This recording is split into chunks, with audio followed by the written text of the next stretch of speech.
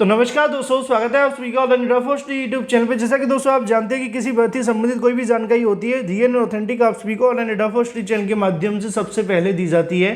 तो इसी प्रकार की जानकारियों को सबसे पहले पाने के लिए चैनल को सब्सक्राइब करके बेल आइकन को दबा लें और साथ ही वीडियो को लाइक कर दें।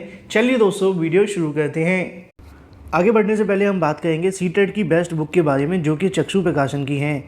अगर आप भी सीटेट के अंदर 130 प्लस नंबर लेना चाहते हैं तो आप अभी से अपनी प्रिपरेशन शुरू करें चक्षु की बेस्ट बुक के साथ, जिसमें आप सभी को 2800 से ज़्यादा बहुविकल्पी क्वेश्चन देखने के लिए मिलते हैं व्याख्यात्मक हल के साथ में।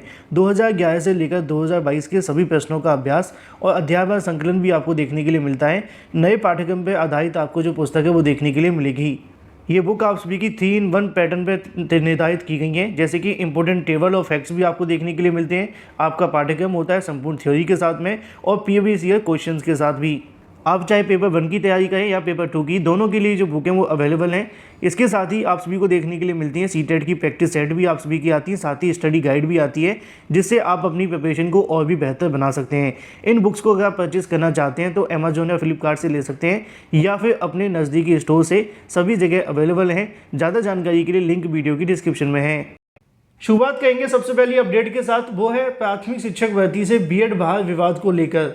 आप जानते हैं कि बीएड बहाल को लेकर प्राथमिक शिक्षक भर्ती में काफ़ी लंबे समय से मांग चल रही है। उत्तर प्रदेश में जब 69,000 शिक्षक भर्ती आई थी तो उस समय भी बीएड को बहाल करने की मांग की गई थी। हालांकि उस समय सुप्रीम कोर्ट के माध्यम से कोई भी ऐसा फैसला नहीं लिया गया। फिर उसके बाद आप सभी ने देखा कि एक और यहाँ से भर्ती देखने के लिए मिली। भर्ती तो नहीं कहेंगे, लेकिन राजस्थान के अंदर भर्ती निकाली गई थी, जहाँ पे जोधपुर हाईकोर्ट ने बीएड को बहाल कर दिया। अब जब जोधपुर हाईकोर्ट ने बीएड को बहाल कर दिया था तो इसको लेकर कहीं ना कहीं छात्रों ने उत्तर प्रदेश में याचिका दाखिल कर दी। उत्तर प्रदेश के अंदर क्या हुआ वो आप सभी जानते हैं। उत्तर प्रदेश के अंदर आप सभी ने देखा कि बीएड को लेकर अभी मामला होल्ड पे लगा दिया सुप्रीम कोर्ट के आने वाले फैसले तक। अब यहाँ से जो सुप्रीम कोर्ट में सुनवाई होने वाली है वो आप सभी के लिए अंतिम होगी और बीएड विवाद को लेकर यहाँ से पूरे तरीके से आप सभी का जो खात्मा है वो कर दिया जाएगा सुप्रीम कोर्ट के माध्यम से। क्योंकि बार बार प्राथमिक शिक्षक भर्ती के विज्ञापन जारी होने से पहले बीएड बनाम बीटीसी के जो विवाद शुरू हो जाते हैं, उनसे नुकसान ये होता है कि प्राथमिक भर्ती के विज्ञापन जारी नहीं हो पाते हैं। सरकार बीएड बनाम बीटीसी में लगी रहती है और अभ्यर्थियों का समय निकल जाता है। वो बात अलग है कि ये बात अभ्यर्थी नहीं जानते। उसी के संबंध में सुप्रीम कोर्ट की ऑफिशियल वेबसाइट पर आप सभी को देखने के लिए मिलेगा द यूनियन ऑफ इंडिया बनाम अगर बात की है तो राजन सिंह चोटिया आप सभी के सामने आता है। 24/8/2022 को जस्टिस सूर्यकांत, इसके अलावा ऑनरेबल जस्टिस अनिरुद्ध बोस की बेंच के अंदर आपको सुनवाई देखने के लिए मिलेगी। और ये मामला लिस्टेड है 12वें नंबर पे, मतलब कि कल की तारीख में। नीचे लिखा हुआ है, आप सभी के सामने तारीख भी लिखी है कि 24/8/2022 को इसकी सुनवाई होने वाली है, कल की ही तारीख के अंदर। अब कल होने वाली सुनवाई से पहले अगर बात की जाए तो कब तक फैसला हो जाएगा? लगभग 12 बजे तक आप सभी की सुनवाई देखने के लिए मिल जाएगी। 12 बजे के बाद में इस फैसले को लेकर निर्णायक फैसला हो जाएगा प्राथमिक शिक्षक भर्ती में बीएड विवाद को लेकर।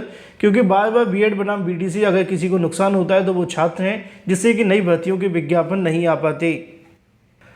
बात कर लेते हैं अपनी अगली अपडेट की तरफ, जो कि संबंधित है उत्तर प्रदेश में अभी जारी भर्ती की नई नोटिफिकेशन के बारे में। अगर आप सभी हमारे रेगुलर वीडियोस देखते हैं तो आपको पता होना चाहिए कि किसी भर्ती को लेकर कोई भी नोटिस जारी होता है तो आपको सबसे पहले हम जानकारी देते हैं।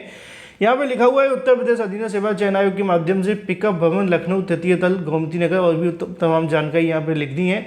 लेकिन जानकारी संबंधित है उत्तर प्रदेश अधीनस्थ सेवा चयन आयोग लखनऊ के विज्ञापन संख्या 23 परीक्षा 2016 में सम्मिलित तकनीकी सेवा प्रतियोगितात्मक परीक्षा के संबंध में जानकारी दी जाती है कि 30 सितंबर 2019 को अभ्यर्थी को सूचनार्थ पाठ्यक्रम यथावत रखते हुए शासन ने संशोधित परीक्षा योजना के लिए यहाँ से जो तैयारियाँ वो शुरू कर दी हैं। अब यहाँ पे आप सभी के सामने संशोधित परीक्षा योजना देखने के लिए मिल जाएगी। बात की जाए तो भाग 1 के अंदर सामान्य हिंदी देखने के लिए मिलेगा, इसी प्रकार सामान्य बुद्धि परीक्षण, सामान्य जानकारी और ट्रेड के विषय में संबंधित लगभग यहाँ पे 100 क्वेश्चन आप सभी को देखने के लिए मिलेंगे। 100 ही नंबर आप सभी के होने वाले हैं और उसी के आधार पर आप सभी का यहाँ से चयन होगा। 2 घंटे का समय मिलेगा और साथ ही अगर बात की तो 1/4 की नेगेटिव मार्किंग भी यहाँ पर होगी।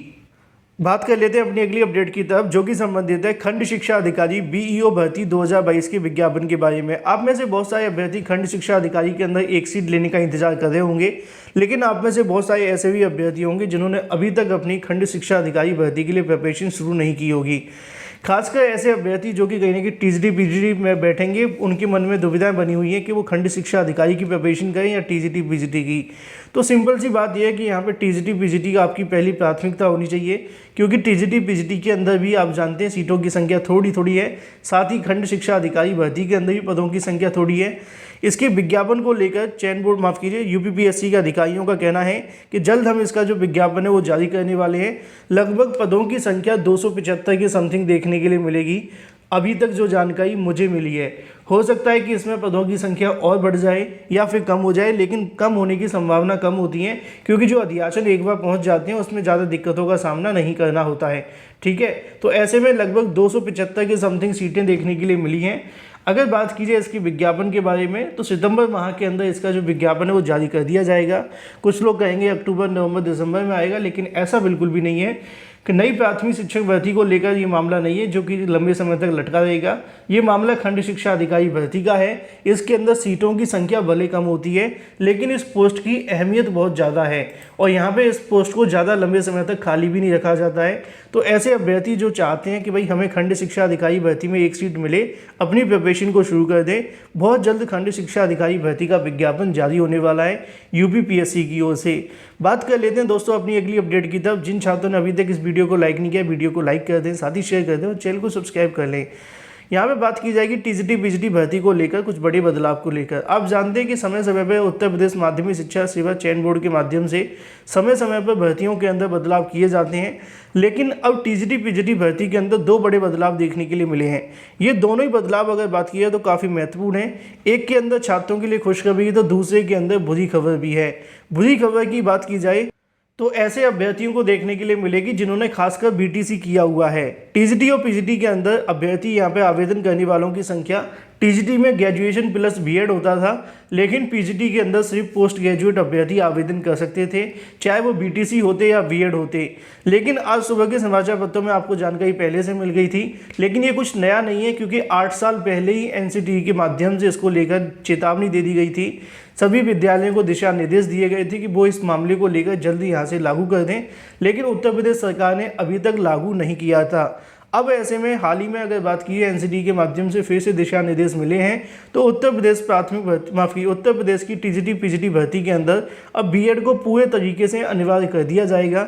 चाहे आप बीटीसी हैं, आपको आवेदन करने का मौका अब नहीं मिलेगा पहले की तरह। अब यहाँ पे उन्हीं अभ्यर्थियों को आवेदन करने का मौका मिलेगा पीजीटी में जिन्होंने बीएड किया हुआ है। तो ये उन छात्रों के लिए बुरी खबर है जो पहले से ग्रेजुएशन के साथ पोस्ट ग्रेजुएशन कर लेते थे, फिर उनको लगता था कि पीजीटी में उनको बैठने का मौका मिलेगा, लेकिन अब ऐसा नहीं होगा। बात कर लेते हैं अपनी अगली अपडेट की तरफ, जो कि संबंधित है टीजीटी पीजीटी के अंदर अच्छी खबर के बारे में। अच्छी खबर ये है कि टीजीटी पीजीटी के अंदर दो बड़े बदलाव हुए। पहले बदलाव से बीटीसी वाले छात्रों को नुकसान हो गया जो कि आवेदन कर लेते थे, अब नहीं कर सकते बीएड के बिना। दूसरा की बात की जाए तो दूसरा ये है कि यहाँ पे छात्रों के लिए एक बड़ी खुशखबरी है, ऐसे अभ्यर्थी जो कि कला वर्ग से आते हैं, क्योंकि यहाँ पे उनके पास में एक डिग्री हुआ करती थी जो कि 100 साल पुरानी थी, उनको यहाँ पे अभी तक वैलिड करके रखा हुआ था, और जो मेन डिग्री यहाँ पे चलती हैं अपने भारत के अंदर उनको यहाँ से बाहर रख दिया जाता था। हर बार इसको लेकर अभ्यर्थी मांग करते थे कि बदलाव कर दिया जाए, लेकिन बदलाव नहीं हो रहा था। अब यहाँ पे 1921 इंटरमीडिएट एक्ट के अंदर सबसे बड़ा बदलाव होने वाला है और 100 साल पुराने नियमों में बदलाव देखने के लिए मिलेगा। इस बदलाव का जो फ़ायदा होगा वो यहाँ पे कहीं ना कहीं जो उत्तर प्रदेश के अभ्यर्थी होंगे उनको पूरे तरीके से मिलेगा।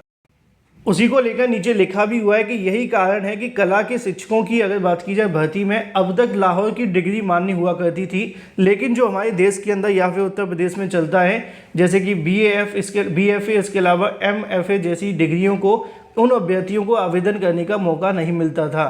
लेकिन अब इससे फ़ायदा ये देखने के लिए मिलेगा कि यहाँ पे जो जिन्होंने बीएफए कर रखा है, एमएफए कर रखा है, उनको बैठने का मौका मिलेगा बजाय लाहौर की डिग्री के। तो बेनिफिट तो कहीं ना कहीं उन सभी छात्रों को है जो कि अपने भारत के हैं और उत्तर प्रदेश के हैं, जिन्होंने यहाँ पे कला को लेकर स्पेशल डिग्री ले रखी थी, हर बार भर्ती से बाहर हो जाते थे, लेकिन अब ऐसा नहीं होगा। ये हो जाती दोस्तों तमाम भर्तियों से लेटेस्ट अपडेट। वीडियो को लाइक कर दें, साथ ही शेयर कर दें और चैनल को सब्सक्राइब कर लें।